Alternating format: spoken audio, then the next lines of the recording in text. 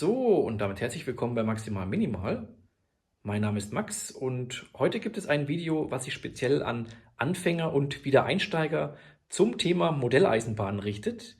Und gerade wenn ihr jetzt den Schritt gemacht habt und sagt, hey, ihr wollt mit der Modelleisenbahn anfangen, dann habe ich hier wirklich 5 konkrete Schritte, wie ihr das Ganze gut starten könnt, und ich wünsche ganz viel Spaß dabei.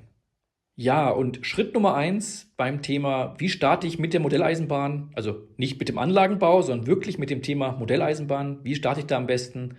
Da ist es erstmal, sich Gedanken zu machen, Kleinigkeiten zu planen. Nur ganz wenig, nicht verkopfen, ganz, ganz wichtig, auch nicht zu viel informieren, das bringt gar nichts. Ihr müsst selber gucken, dass ihr quasi da haptisch die Sachen in den Händen habt und da sozusagen ein bisschen ja, euch rantastet. Aber was dann vor allen Dingen wichtig ist, ist das Budget klären. Also wie viel Geld habt ihr zur Verfügung? Sind es 100 Euro? Sind es 500 Euro? Sind es 1000 Euro oder gar mehr? Wenn ihr sagt, hey, ihr wollt damit anfangen. Der zweite Punkt in der Hinsicht dann in der Kategorie, sich Gedanken machen oder zu planen, ist, welche Spurweite. Weil Modelleisenbahn muss ja nicht, so wie ich jetzt zum Beispiel, ich habe mit H0 angefangen, es gibt aber auch Spur Z, es gibt Spur N, TT, dann auch Spur G, also Großbahn zum Beispiel, die Lehmann Großbahn, oder auch Spur 1. Also es gibt wirklich ganz, ganz viele und von ganz, ganz vielen verschiedenen Herstellern. Deswegen informiert euch da ein bisschen, was kommt für euch genau von der Spurweite überhaupt dann bei euch zum Tragen, respektive auch, ja, welche Hersteller in der Hinsicht. Weil auch verschiedene Hersteller haben verschiedene Gleissysteme. Und ihr wisst ja, bei mir, ich habe das Märklin Dreileitergleis, aber zum Beispiel die anderen Hersteller haben zum Beispiel die Zweileitergleise. Ist das lieber eher was für euch? Das sind die 3 Sachen, also wirklich Budget, dann Spurweite, Hersteller. Mehr nicht. Macht euch nicht mehr Gedanken, sondern wirklich, da ist es wichtig, fangt an. Und dann habt ihr viel Freude dran. Ja, und Schritt Nummer 2, wenn ihr mit dem Hobby Modelleisenbahn starten wollt, ist, kauft euch eine Startpackung. Es ist wirklich, es ist wirklich so einfach, sage ich jetzt mal so, weil wenn ihr euch entschieden habt, wie viel Budget ihr zur Verfügung stellt im Hobby, welchen Hersteller ihr wollt, welche Spurweite, es gibt wirklich von fast allen Herstellern und für jede Spurweite gibt es Startpackungen. Und ich muss sagen, ich finde, das ist das beste Preis-Leistungs-Verhältnis, weil ihr habt schon gleich Schienen, ihr habt eine Lok mit Waggons und auch eine kleine Digitalzentrale oder eine Fernbedienung oder ein Trafo und könnt dann einfach direkt schon starten. Ich habe dann relativ spät das Ganze hier gekauft, zum Beispiel diese Startpackung, also die 29074, wegen der Mobile Station damals, von Märklin. Ihr wisst ja, ich habe eine Märklin-Modelleisenbahn, aber das soll überhaupt keine Werbung sein, weil es gibt auch, wie gesagt, von Pico, Rocco, LGB, also ist nur ein paar Mal genannt, und je nachdem, wie gesagt, welche Spurweite ihr nutzt, von allen erdenklichen Herstellern eben da Startpackungen. Ich weiß noch ganz genau, wie ich angefangen habe. Ich habe nämlich auch von Märklin, aber die Start-up, was eher eigentlich, würde ich mal sagen, so Richtung jugendlich eigentlich dann eher geht, habe ich so angefangen in der Start-up-Startpackung, und zwar mit der blauen Diesellok und Containerwagen. Also somit habe ich wirklich angefangen, weil auch das Thema Sound zum Beispiel war eine Sache, die kannte ich gar nicht. Ich habe früher als Kind die alte M-Gleis-Anlage von meinem Papa übernommen und die auch ein bisschen erweitert. Aber ich bin wieder Einsteiger in dem Thema 2019 gewesen. Ich kannte das Thema mit dem Sound gar nicht. Und das ist einfach ein Punkt, deswegen in der Startpackung habt ihr alles kompakt zusammen, tastet euch daran, lernt das System einfach kennen, für was ihr euch entscheidet. Und dann geht es auch weiter mit dem nächsten Schritt. So, und damit kommen wir zu Schritt Nummer 3, nämlich das Erweitern. Das ist auch ein ganz, ganz wichtiger Schritt, muss ich dazu sagen, weil ihr seht, wir haben jetzt hier unseren kleinen Schienenkreis mit einer Lok und 2 Wagen. Ich kann ihn ein bisschen vorfahren lassen, ein bisschen zurückfahren lassen.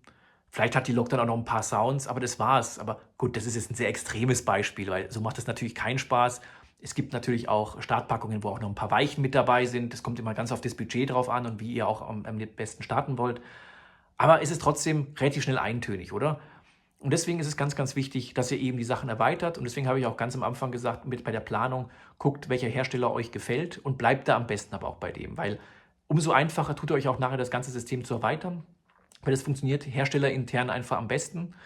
Und da auch als Tipp, um dann auch zu sparen, ihr müsst nicht alles neu kaufen. Also je nachdem, wie ihr auch das wollt. Ich habe zum Beispiel auf Kleinanzeigen dann einfach auch mal geguckt, hey, was gibt es alles so, zum Beispiel in meinem Umkreis für Sachen, die verkauft werden oder klar, oder auch versendet werden können, einfach welche Startpackungen, welche ich cool fand, welches Rollmaterial drin ist oder was für eine Digitalzentrale. Und habe so oder so dann Schritt für Schritt dann mit eben älteren, gebrauchten Startpackungen eben meine Teppichbahn damals quasi dann erweitert. Und ihr seht, es ist auf jeden Fall hier, ich habe ja mal einen alten Ausschnitt gefunden, die ist echt um einiges größer geworden. Also man sieht es leider hier nur ein Ausschnitt, aber viele Züge, alles soweit, das meiste wirklich gebraucht gekauft. Während des Studiums hatte ich auch nicht das Geld dafür, da jetzt irgendwie groß was zu machen, und deswegen, aber es funktioniert, es hat Spaß gemacht, und ich habe dann gesagt, komm, und dann dieses Erweitern, und das hat dann wirklich Spaß gemacht, weil du mehrere Züge fahren lassen konntest, und so ging das Ganze dann weiter. Und Schritt Nummer 4, springt der Funke über. Das ist wirklich ein sehr, sehr essentieller Schritt, weil der entscheidet jetzt, ob ihr bei dem Hobby langfristig doch Spaß habt oder nicht. Und nehmt euch da auf jeden Fall die Zeit und guckt ganz genau in euch rein, also macht euch das Thema Spaß. Ist Modelleisenbahn genau euer Ding? Könnt ihr euch das vorstellen? Habt ihr auch Spaß, wenn die Züge umherfahren? Wenn ihr merkt, das ist alles überhaupt nicht so, wie ihr euch das vorgestellt habt, macht gar keinen Spaß, ihr wollt lieber was anderes machen, dann, okay, kann ich das genauso verstehen. Deswegen ist nicht unbedingt immer für jeden was, ganz klarer Punkt. Vielleicht sagt ihr aber auch, genau das ist es. Es macht Spaß. Es ist vielleicht nicht unbedingt immer das Fahren, was dann Spaß macht, aber einfach, ihr merkt mit dem Thema Modelleisenbahn, es ist, sich damit zu befassen, es fahren zu lassen, gucken, was gibt es Neues, etc. Genau das ist euer Ding. Dann kommt jetzt Schritt Nummer 5. Ja, und wir sind bei Schritt Nummer 5, die Zukunft. Weil ihr habt ja euch ja entschieden, ihr wollt mit der Modelleisenbahn weiter durchstarten, euch gefällt das Ganze, ihr wollt vielleicht immer weiter aufrüsten, die Teppichbahn, also sozusagen, wenn ihr immer auf dem Teppich oder auf dem Boden letztendlich das Ganze aufbaut, stetig vergrößern, immer wieder andere Gleisgeometrien, Gleispläne da ausklügeln, und genau das macht Spaß, aber die ganze Wohnung mit Zügen zu durchrauschen quasi, ist genau perfekt, macht es. Oder vielleicht sagt ihr auch, Rollmaterial, ich weiß es nicht, ich würde gern Dioramen bauen, weil ihr habt dann vielleicht gemerkt, das ist eigentlich zu langweilig mit den Zügen umherfahren. Ihr wollt wirklich Landschaft oder die Landschaft gestalten, Szenerien entwerfen, egal ob dem Vorbild nah oder wirklich dann Fantasie. Macht es. Oder, so wie ich, ihr sagt dann nachher, ihr wollt vielleicht dann auch mit der Anlage starten, also mit der richtigen Modelleisenbahnanlage, dann auch das. Perfekt. Und genau das habe ich dann auch gesagt, weil ich wollte dann einen statischen Platz haben. Ich habe die ganze Zeit immer auf dem Teppich gespielt, in meiner kleinen 10 Quadratmeter Studentenbude. Ich habe bei meinen Eltern die Sachen mitgenommen, da habe ich natürlich noch ein größeres ehemaliges Kinderzimmer da gehabt, da konnte ich dann schön alles ausbreiten, aber irgendwann mal habe ich gesagt, ich möchte das gerne an einem festen, statischen Ort haben, um da wirklich auch eine Landschaft zu gestalten und die Züge wirklich in der Landschaft auch fahren zu sehen.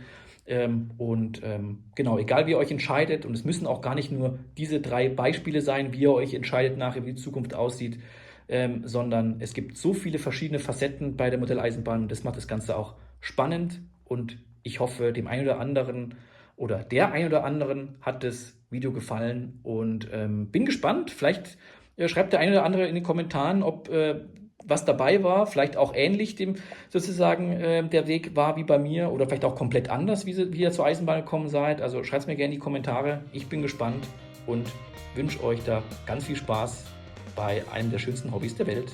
Bis dahin, tschüss!